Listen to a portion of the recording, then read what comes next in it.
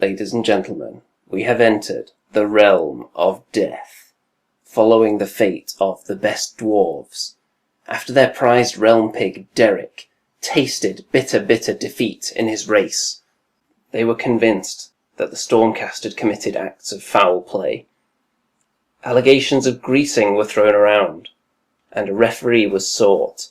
However, after a vigorous battle in the realm of life, it was determined, based on the evidence found, that the legend of Squigfoot was nothing more than fiction. So an impartial referee could not be found to ensure fairness in the rematch of the century.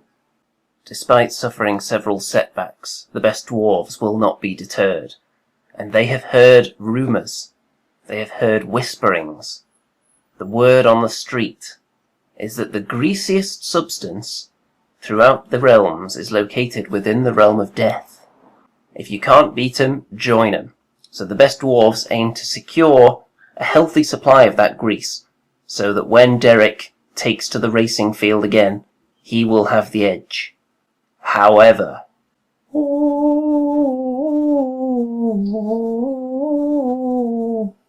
the greasy substance they seek is not without its guardians. You see, Nagash, the Lord of Undeath, commissioned the production of a sandwich so unholy that it would fuel him for centuries to come. Word was put out that the 5 greasiest elven bards would be harvested and their souls and bodies placed into 2 extra thick slices of unbread. The head chef and legendary vampire Georg Foreman, known not only for his vampirism but also for his legendary sandwich grilling, has created a pool to harvest the excess grease, and this is where the best dwarves aim to fill their buckets full of that sweet, dripping grease. Now listen, I am the highest dwarf. Look at me, what a dwarf I am.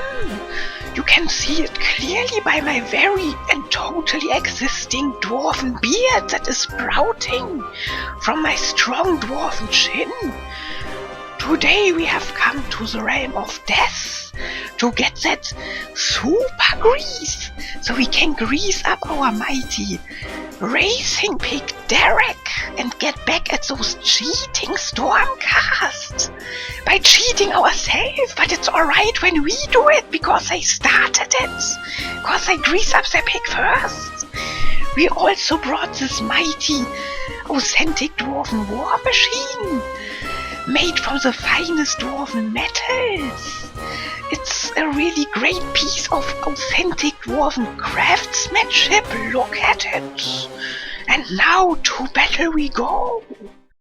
I am Georg Foreman, the chef of death.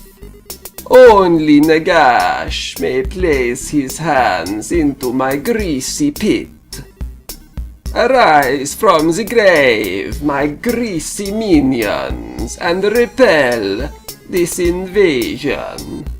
You must protect my grease hole at all costs. And if I have time, I might suck their blood. So of course, ladies and gentlemen, this is our battlefield. Inside the realm of death, the best dwarves have tunnelled their way in, and they've emerged from this ancient castle. And let's have a look at their forces, shall we?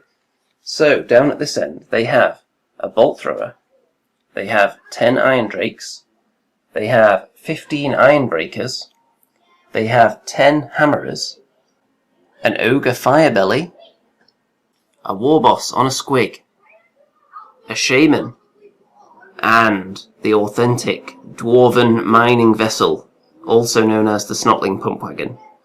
They've also brought with them a contingent of miners that could be joining the fray whenever they feel necessary. For the forces of death, we have 2 units of 5 direwolves guarding over this flank. Flanking them, we have the imposing sight of a mortis engine. We have 20 skeleton warriors just in front of Georg Foreman, and then among the tombstones we have 3 spirit hosts, one of which is actually a very spooky statue. And of course, my opponent for this game, as you can see, is Dreddy,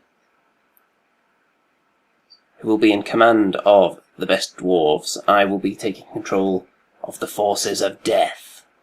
So, the victory conditions. You know that the best dwarves are in here to collect grease, so I'll explain exactly how they're going to do it. Any model from the best dwarves that comes into contact with the pool of grease, guarded by Georg Foreman, any model that comes into contact with it in the combat phase, they can choose to forego their ability to attack to fill up a bucket of grease. For every bucket of grease that successfully makes it off the table in the possession of the best dwarves, additional grease points will be handed out in the next porkening to Derek. With all that extra grease, Derek will surely be truly unstoppable. So it's up to the forces of death to prevent the best dwarves from stealing all of that sweet, sweet sandwich grease. As for the mysterious terrain in this game, the archway will be damned, so sacrifices could be made there potentially. There are lots of evil spirits swirling around in here who would be pleased by a sacrifice, no doubt, since we are in the realm of death. The gatehouse is sinister, which is very, very fitting, since this is the gatehouse that leads to the grease chamber. So, anyone around there is going to be causing fear, which is going to affect battle shock tests. And the graveyard, with the spirit hosts, is deadly. So presumably there are zombie hands just reaching up from the graves, ready to pull you down if you decide to run or charge across there. They don't mind if you're walking, though. A polite speed, so you don't disturb the dead. So, now it's time for the roll-off to see who gets to decide who's going first in battle round number 1. So, here goes the forces of death. It's a 3. Let's see what the best dwarves can roll. It's also a 3, so let's get another one rolled. It's only a 1. Okay, let's see if the forces of death can beat 1. Yes, they can. It's a 3 again. So the forces of death are going to get the choice of going first or second in battle round number 1. So we'll get back to you and tell you exactly how that turned out. Very important tactical decision to be made here by Mr. Georg Foreman and his forces. So the forces of death decided that they were going to strike first, and as you can see, the dire wolves have started sprinting forward as fast as their little legs will carry them towards the archway, ready to block off the best dwarf advance. These Black Knights have sprung up. That's because Georg Foreman brought them up from the dead. They're still dead technically, but now they're animated. And the Mortis engine has repositioned itself slightly behind the skeletons that have advanced rapidly towards the gates. And as you can see, they now have an additional attack in melee because of the Vampire's Blood Feast command ability. The spirit hosts moved a little bit through the graveyard, but not much because they don't want to run through it and accidentally die and be dragged to their doom by zombies, which doesn't make a whole lot of sense for spirit hosts, but there you go. So that is the end of Death, turn 1. Not much action, but the distance has been closed. We'll see what the best dwarves can do about this, because it's looking like the forces of death are swelling in numbers with every passing moment. Well, the best dwarves, first battle round, and as you can see, they've advanced up towards the gate, en masse. Huge group of them congregated around there. The shooter units down here have moved up a bit as well, and when they fired, you can see terrible damage was inflicted on the direwolves. There's only one standing. All the others have been exploded, either from the Iron Drakes or skewered by the bolt thrower. Luckily he won't need a battle shock test though, because his bravery is very high, being undead, so that's alright. Now, the pump wagon, or should I say authentic dwarven mining vessel, when it charged, it rolled a double, which means that it got the pump harder lads special rule, so it was able to get all the way into the Mortis engine, and being buffed up with 2 mystic shields from the 2 casters, you would think it had a pretty decent chance of surviving. It ploughed in there, took 2 wounds off the Mortis engine, which did 1 back in return, but then the piling in skeletons from the other side, who were buffed up with +1 attack still, they managed to finish it off, unfortunately. So those 2 mystic shields didn't help in the end, just through poor saving rolls. So the pump wagon is dead. Off it goes. We've got a bit of a showdown in the middle here. It's going to be interesting to see who goes first in battle round number 2. because there's this big open area just waiting to be populated with carnage and death. So we're going to have the roll off now for the second battle round. Here go the undead. It's a 3. And let's see what the best dwarves can do. It's a 4, so the best dwarves are going to have the choice of going first or second. I assume they're going to go first. So, of course, the best dwarves elected to go first in the second battle round. The Iron Drakes have moved into the arch, which means that anyone attacking them is going to have to deal with that extra cover they're getting for being wholly within that terrain piece. The Bolt Thrower moved up a little bit as well behind them, and you can see they left a little pathway for it to shoot through. And all that shooting that they were able to dish out, which was only the Trollhammer Torpedo and the Bolt Thrower, took out 2 of the Black Knights. So not to be sniffed at, 4 wounds done in total there. In the middle is where all the real action is though, because the Iron Breakers and the Hammerers poured through virtually single file through the gate, because it's so congested in there, such a narrow space. And then they attempted to charge into the skeletons, and as you can see the Hammerers made it, but because they were in single file, not all of them actually reached their destination, and the Iron Breakers didn't. Before we get to the juiciness of that fighting, the Mortis Engine has lost another 2 wounds. That was from Curse of the Bad Moon, which the Goblin Shaman cast, but unfortunately it couldn't affect any of the other nearby units, which was very unfortunate for the Goblins. In the combat phase, the Hammerers, all 5 of them that were in range to strike, dished out some serious punishment. I believe they killed 5 skeletons, and then when the skeletons struck back, they killed 1 Dwarf Hammerer. You can see him there. Will his death be in vain? They also had a flame shield put on them by the Firebelly, you will notice, authentic Dwarden magic being cast there, and the result of that was that 3 more skeletons exploded into flames and crumbled into ashes. So that is 8 dead skeletons, which means that it's a rare occurrence because an undead unit are actually going to have to take a battle shock test now. So they have a bravery of 10, so if I roll more than 2, they're going to take some more casualties. So here we go. It's a 3. So 1 more skeleton is going to die. One little extra thing, this gate was of course sinister, so that means a further skeleton ran away from the battle shock test. We're partway into the second undead battle round, and it's about to get very complicated, so I'm summing it up now, thus far. So the spirit hosts have gone back to the sandwich pond to protect the grease from any potential mining incursions that may begin. The skeletons, of course, can't do anything, they're locked in combat there, but they have had the Blood Feast ability cast on them again by the vampire, who attempted to raise some more Black Knights, but it was dispelled by the pesky Goblin Shaman lurking at the back there. So that's not very nice. The Mortis Engine moved up along with the vampire, and they have charged into the Iron Breakers successfully. And over here, the Black Knights headed straight for the Iron Drakes, and they've also successfully charged. So we're about to have a lot of combat. It's going to get very, very, very juicy. So we'll see if the undead can strike a furious blow against the hopes and dreams of the best dwarves. Okay, the combat phase. It was very, very, very eventful. The vampire, who you may notice is having a bit of a lie down right now, he went first and failed with all of his attacks. Wow, wow, wow. After that, the Iron Breakers decided they were going to get stuck in. They piled in and they took some wounds off the vampire. I think they took off 3. And the rest of them chipped away at the Mortis Engine a bit, took 2 more off it. And then the skeletons decided to attack after that, and they took out a single Hammerer, which wasn't really enough to save them, as you can see, because when the Hammerers fought, one of them went into the vampire, couldn't put a wound on him, but the rest of them on the skeletons had quite a bit of success, as you can see. Quite a few casualties there. The Black Knights then struck at the Iron Drakes, and you can see over here that there are 3 freshly skewered corpses there. And then when the Iron Drakes struck back at the Knights, they did absolutely nothing. Then the Mortis Engine, when that struck at the Iron Breakers, did absolutely nothing, as you can see, but it is still alive, so that's one thing.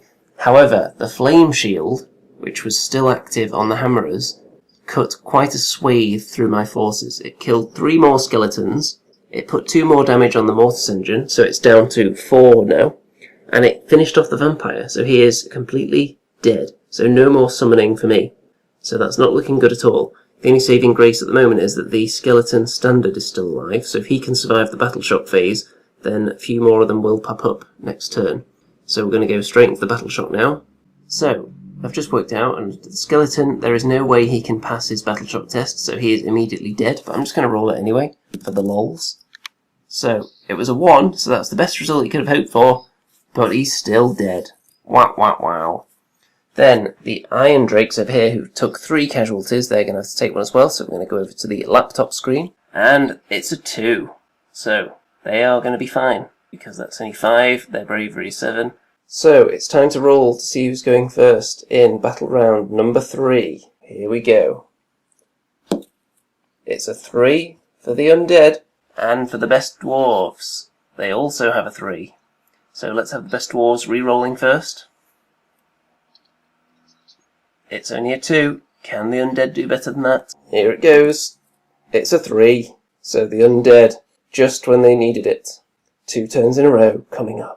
Undead turn 3, and very, very, very eventful. Despite having so few units left, all the skeletons were dead. But look, there are Dwarden corpses and serious wounds dealt everywhere. That's because the Mortis engine, which was right here, decided, you know what, it's time to use our once per game ability. We're going to unleash the Reliquary, which affects all enemy units within 4d6 inches, so it's going to be this whole big cluster here, and then also the Iron Drakes under here. So, they started suffering mortal wounds left and right. The Hammerers took some, in addition to the regular Wail of the Damned, which affected them as well, so they've lost 4 in total. The Iron Breakers lost a single model, and the characters took a bit of punishment as well. With those 2 abilities combined, the Warboss is down to his final wound, the Firebelly is down to his final wound, and the Shaman only has 3 left. Also, 2 Iron Drakes were killed in that whole mess as well. The other one of them died in the combat phase from the Black Knights, who suffered 1 wound in return as well, not enough to take out a model. And you can see that the Mortis engine is now over here. That's because it decided, you know what, if we stick around in this little vicinity here, we're just going to get swamped by these 2 units, with the fire shield still active, so let's just fly away and survive for a bit longer. So it's just chilling on the other side of the wall now. We'll see if they actually want to chase it, or whether they're going to make a beeline straight for that somewhat unguarded grease pool, because they know undead reinforcements are not coming anytime soon. So we're going to do some battle shock now. We've got the Hammerers and the Iron Drakes. So the Hammerers first of all, here we go. It's a 5, which combined with their 4 casualties adds up to 9. Their bravery is 7, so that means 2 more are going to run away. Very unfortunate. And then the Iron Drakes, they took 3 casualties. And here comes the dice roll. That's 5 as well, so they're up to 8, so I think that's going to be 1 more Iron Drake removed. The best dwarves turn 3. As you can see, the miners have come in quite close to the grease pool, so they're hoping to be shoveling into buckets very, very soon. And then it was all action elsewhere, because first things first, in the hero phase, lots of spells were cast at the Mortis engine. A bit of damage was put on it, but not enough to finish it off, which meant that the Ironbreakers decided to prioritise turning round and coming back to get some sweet vengeance on it for sending the best dwarves into disarray in the previous turn. So as you can see, when it came to combat, they managed to put the finishing touches on it, one of them triumphantly sitting atop it there. The bolt thrower missed when it shot this turn. The Iron Drakes, the ones that are remaining, fired into the Black Knights and managed to inflict 5 wounds. One of them was already damaged, so that's 3 dead Black Knights. The Standard Bearer's still alive though, so they may just get lucky and get them all back in my next turn. Then, over here, towards the pool, you'll see that this area has been vacated. That's because the surviving Hammerers and the Warboss on the Squig made a beeline straight for the Spirit Hosts. And you can see that they didn't actually do any damage to the Spirits and lost 1 in return. So they're not going to require any battle shock. In fact, nobody is this turn, because the undead may have lost a few models. But the Mortis engine, of course, doesn't require one, because it's the only model in the unit, and the Black Knights lost 3, but their bravery is sufficiently high not to worry about it. So, heading into the 4th battle round, and it's getting quite important here, because no grease has been secured yet, and there are only 2 turns left each. So, here is the undead roll, and it is a 4. Let's see what the best dwarves can do. It's a 2, so the undead are going to probably choose to go first in the 4th battle round. So a really, really quick undead turn, because there was nothing left to move, so it was only down to fighting. So in the combat phase, the Spirit Hosts, with their large number of attacks, inflicted mortal wounds by rolling 6s to hit on both the remaining Hammerers, so they are dead. So the Spirit Hosts doing a good job protecting the grease pool for now. And over here, the Black Knights, also, You can see that 2 of them were resurrected because of the standard bearer, which is really, really handy. So if you're ever taking Black Knights into battle, you can't go without the standard. And then they struck and killed off the remaining 3 Iron Drakes, sending their corpses flying all the way over there. So we're going to move into the best dwarves turn 4 now. They've got 2 turns left to try and harvest as much grease as possible, but if they get greedy and have a bit of a greasy mishap, then it could be disastrous. They're leaving it quite late here, so we'll see what they can do. So the best dwarves turn 4, and as you can see, there's quite a bit of a gathering going on here around the grease pool. That's because the Squig war boss and the miners piled into the grease. The war boss has picked up 1 bucket of grease because he's just 1 model, that's all he can carry. The miners have chosen to only pick up 5 because there is going to be a grease mishap table that they would roll on should they end up carrying too much and fail the grease carrying test. So you don't want to be overburdened with grease, so they're going for 5, they think that's a safe amount. Everything else was rather uneventful. Then the Firebelly had 2 Mystic Shields put on it, which probably aren't going to come into play between now and the end of the game, but for the lols, they did it anyway. The Ironbreakers moved this way a little bit, and the Bolt Thrower fired at the Black Knights who were on the other side of the arch, but missed with both bolts at point-blank range. Look at that distance. I can get them both in the same shot from this close. So very, very bad aim there from the dwarves, the best dwarves. So what we're going to do now, there's going to be a test for this grease carrying, because it's quite a volatile substance and you have to be very careful. If you lose your footing and fall over, then there could be some terrible consequences. So we're going to go over here to the screen, and it's a 2d6 test. You have to roll above the amount of grease that you're carrying, which is 5. So a 6 is required or there will be a mishap. It is a 6, so just about passes the test. So the war boss doesn't need to take 1 because he's only got a single bucket of grease, so he's safe. And the miners are quite safe for now. So now we're going to have the roll off to see who's going first in the 5th and final battle round. So, Undead, here we go. It's a 6 for the Undead. And the best dwarves roll a 1. So the Undead are going to have a chance to take out some of those grease carriers. Hehehehe. Okay, Undead, final turn. And the Spirit Hosts and the Black Knights attempted to charge into the miners. And you can see the Black Knights didn't quite make it, unfortunately, after abandoning their posts over here. But the Spirit Hosts did make it in. They killed the war boss, so his grease spilled everywhere. And then they killed 6 miners. But luckily for them, they're ignore battle shock right now, because they could only do 1 wound in retaliation. So if they were taking battle shock tests at the moment, they could be in a world of pain. They still have more than enough men to carry the 5 buckets of grease that they decided to pick up. So in their final turn, I assume they're going to try and make a run for it. So we'll see what happens. So we're into the best dwarf's final turn, and the only thing for them that's really worth doing is trying to run away from combat with these miners using a run roll to try and get all the way off the edge, which is over here. So we've worked it out, and they've got 5 buckets of grease, so that means the 5 closest guys to the edge presumably want to be carrying them. If they roll a 4+, all the grease will make it off the table, all 5 buckets. If they roll a 3, then that means I think only 4 of them would make it off, and if they roll a 2, only 2 of them, I believe. So we're going to go over to the live roll to see what the run roll is going to be for the miners. If it's high, that's more grease. Here we go. It's a 1. They run a solitary 1 inch. That means that only 2 buckets of grease escape from the table. So these 2 miners, as innocent as they may look, they are carrying 2 precious buckets of grease that could turn the tide in the next porkening race. The best dwarves are geared up for some serious, hardcore, greasy, cheating action. Is it going to pay off? Are 2 buckets of the most powerful grease in the realms enough to dethrone Tekwin? Tune in next time for the next exciting installment of The Porkening. Oh, Dwarf Insane, we are back from our mission and it was a great slaughter. Like, a lot of our brothers died. It was really sad. But we managed to get you two buckets of this fine grease that you wanted. We hope that's enough, maybe. What? You only got me 2 buckets? How do you think this is even close to achieving the mission? I should throw you to my authentic dwarven war beast as a snack, maybe, because you did so terrible at getting me the grease. Of course, I honor you, my dwarven mates. And those 2 buckets will totally do. They will totally be enough to do what I want with them.